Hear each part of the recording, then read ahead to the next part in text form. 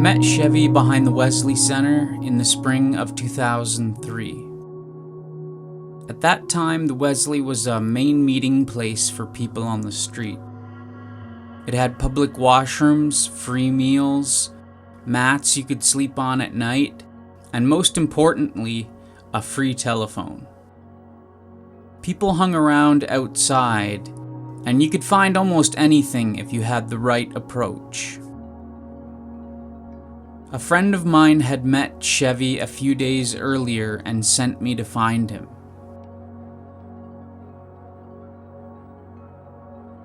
I asked one of the men lurking outside if they knew Chevy, and he smiled and he said, "Everyone knows Chevy."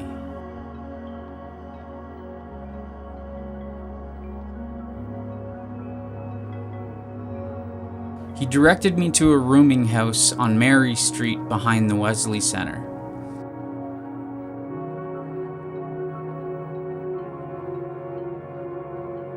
It was run down and overgrown, the kind of place people find themselves when they're down on their luck. Calling on a stranger is usually not done. Introductions must be made.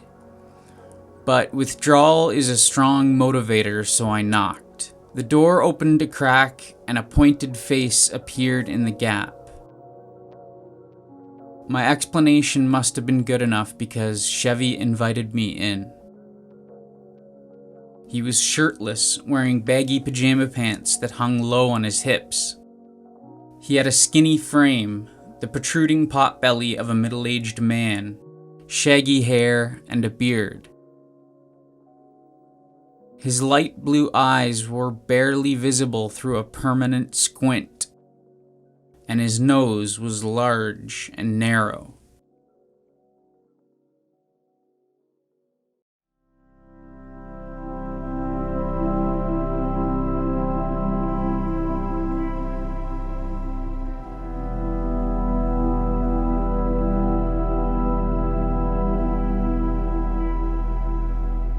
After our first successful exchange, I started meeting him on a regular basis.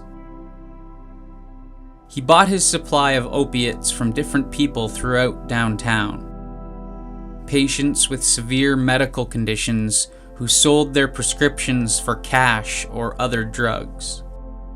We would meet at different locations throughout the downtown area. Apartment buildings, the alley behind a bar,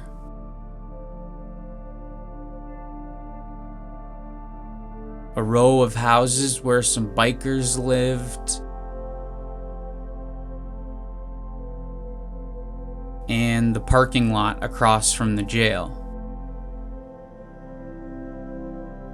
When I couldn't get Chevy on the phone, I would go to the Wesley Center and find him buzzing from person to person, like a bee pollinating flowers. He was very social and got along with everyone. One time we were walking on our way to pick up, and two cops rolled up beside us. "What are you up to, Chevy?" one of them asked. And without missing a beat, Chevy smiled and said, "I'm trying to score drugs, and I can't with you two around." The cops laughed, shook their heads, and continued on their way.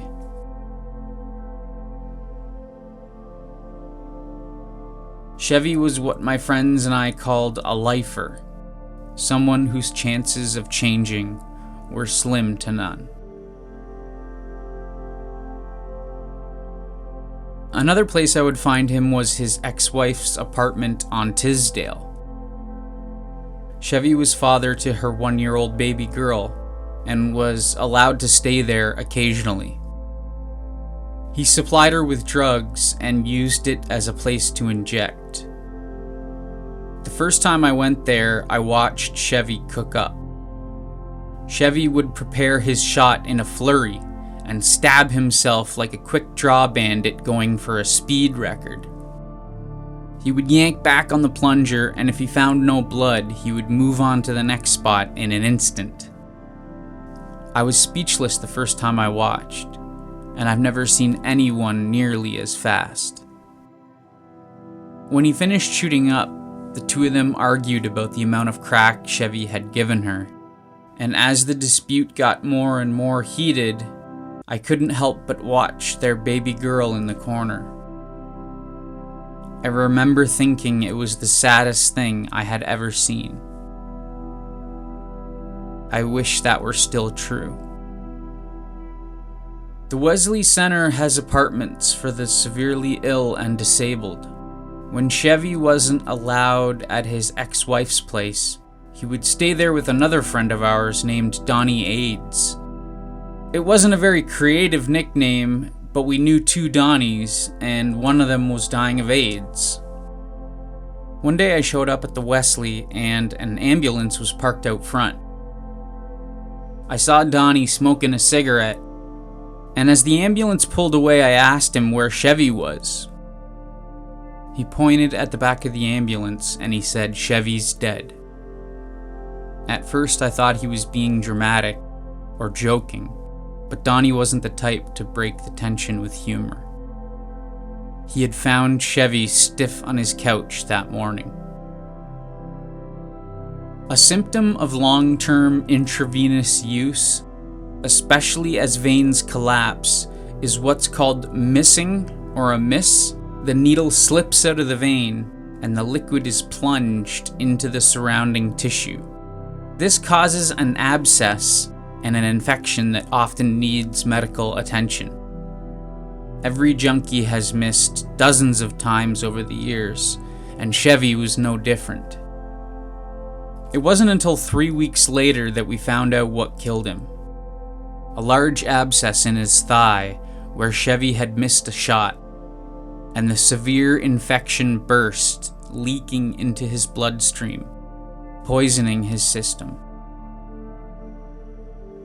Chevy's personality was always very fast.